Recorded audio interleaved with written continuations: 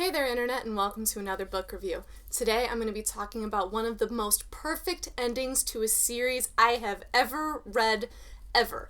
Today I'm talking about Ruin and Rising, the third and final book in Leigh Bardugo's amazing, epic, wonderfully masterful Grisha trilogy. If you haven't read Shadow and Bone or Siege and Storm, you probably don't want to watch this. I'm going to try to be as spoiler-free as possible, but if you haven't read the first two books in this trilogy, hit pause, go read those, and then come back, because you are not going to want to miss out on this conclusion. Alina Starkov's quest continues in Ruin and Rising.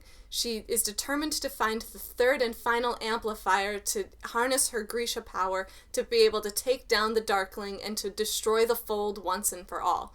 But as she has been told before, and as she's going to discover, the cost might be higher than she can bear. She might lose everything she has to save the country she loves. I was so wrapped up in feelings this whole book, this whole series. I'm so glad that I decided to reread the first two books right before jumping into this one, because everything was fresh. I was just turning page after page after page. This was one of the most emotional rereads and then final reads that I've ever read. I think Alina has had incredible growth throughout the series, and it shows so well in this final book. She has come so far from being that lowly foot soldier and map maker that we met at the very beginning of book one.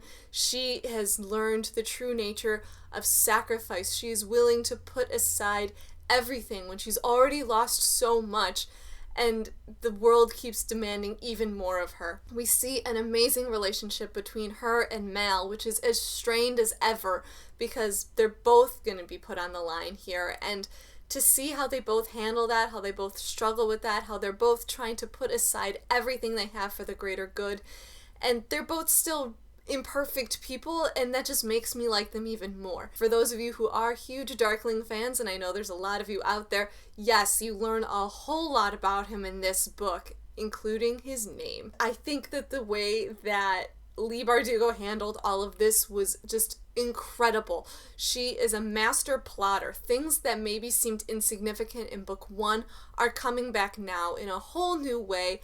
I was so eager to finish the story, but then there's also that incredible sadness that comes with a book being over and with an amazing series being over. Lately, I feel like with series especially, we put so much emphasis on the ending, and I don't know if that's always fair, but I have to say, this has been the most satisfying, amazing, wonderful, well thought out, heart-wrenching, thought-provoking series ending I have read in a very, very long time. I have very high expectations for my fantasy books. I am from the Harry Potter generation, and this deserves every comparison to that series. It deserves all the praise it's been getting.